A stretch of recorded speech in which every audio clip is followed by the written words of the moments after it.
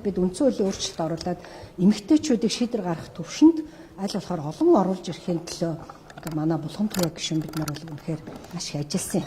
Ингээд намуудын эмэгтэйчүүдийн байгууллага за тухайн үед гишүүн басан булган туяа саран гэрлгээд бид хэд бол бас л парламентод олох олон эмэгтэйчүүд оруулаад ирэх юмсан гэж ажилласан, зүтгэсэн. Тэрний хүчинд бас нэлээд эмэгтэйчүүд орж ирсэн. Бид нар Аазтаа бас нэлээд дээгүүр орчлоо.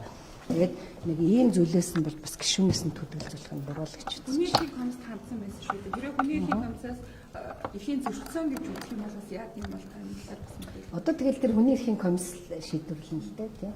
Бас одоо багш нарын ажил хайртай холбоотой organisм гэдэг одоо та энэ дээр бол багш нарын ажил хайраа одоо орчлын эцсийн байнгын эрчим хүчтэй одоо шийдсэн. Яг зөв. Би бас өмнө нь хэд хэдэн ярилцлаганд хэлсэн. Энэ багш эмчнэрийн цалин нэмэхгүй бол болохгүй. Энэ цалин нэмэхэд байгаадаа биш. Одоо та нар мэдж байгаа инфляцийн түвшин өндөр байна. Энэ юмны үн нэмэгдсэн, валютын ханш өөрчлөгдсөн. Энэ хүмүүс баг одоо тэр өмнө нь авч ирсэн цалингийн долларт шилжүүлээд үзэх юм бол баг цалин нэмэгдэх биш. Өмнөх авч ирсэн цалингаа л баг авах гад чагсаад байна шүү дээ. Тийм учраас энэ багш эмчнэрийн цалин яаралтай нэмэхгүй бол бид нар зүгээр ингээд шийдэхгүй орхих юм бол нөгөө асар их дайжилт явагдаж байна. Энэ салбарт хүмүүс ажиллахгүй өөр салбар руу орж байна.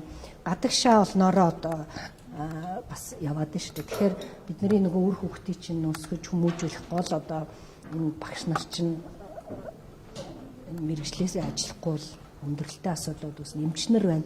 Гэхдээ одоо нэг өдөр л бид нар нэг эмчтэр оочлол үзүүлэх боломжгүй хатал ингээд бухимддаг штэ. Сая би бас эмнэлэгдэр очиход эмчнэр бол маш бухимдалтай байсан. Тэгээ одоо эрүүл мэндийн даатгалын сан бас өөрөө нэлээд асуудалтай болчлоо. Бид нар бүр цалин нэмэх биш бүр нийгмийн даатгалын маань одоо төлөхгүй гэсэн ийм асуудлууд яригдж гин гэсэн ийм зүйлүүд байна. Тэгэхээр ер нь бол бид нар энэ эмч багш нарын цалин дэндүү доогуур байна штэ.